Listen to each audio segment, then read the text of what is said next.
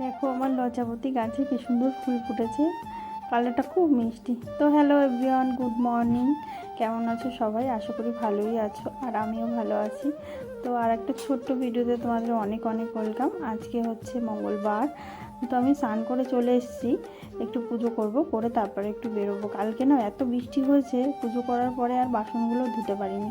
তো ওইগুলোকে একটু ধুয়ে ভালো করে ঠাকুরঘরটা পরিষ্কার করে কাজ সেরে নিলাম। এখন একটু বেরোবো, একটু বাইরে একটু কাজ আছে। আসলে কটা শাড়ি আছে, ওটার পার্পিকও করবো, তো সেই জন্য কিনতে যাবো। তো চলে আসলাম। দেখো পার্পিকো, তারপরে ধূপকাঠি কিনেছি, আর এদিকে আবার অনেকগুলো টিপ কিনেছি। ওখানে গিয়ে দেখি টিপের দোকান, অনেক টিপগুলো না একদম আঠা থাকে না এখনকার। তো তাড়াতাড়ি অনেকটা লেট হয়ে গেছে, তাড়াতাড়ি করে রান্না বসালাম। তো আজকে করবো মাছ।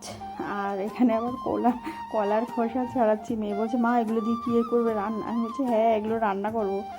আসলে না, এগুলো গাছে দেবো, তো তোমরাও দিতে পারো। গাছে দিলে খুব ভালো, গাছ খুব ভালো হয়। তো মাছের তেল দিয়ে পেঁয়াজ দিয়ে ঝুরো ঝুরো করে ভাজা করেছি, আর করেছি আলু দিয়ে রুই মাছের ঝোল। তো মেয়েকে খেতে দিয়ে দিচ্ছি। তো আজকে ভিডিওটা এই পর্যন্তই শেষ করছি। আবার দেখা হবে পরবর্তী ভিডিওতে। চলো ততক্ষণে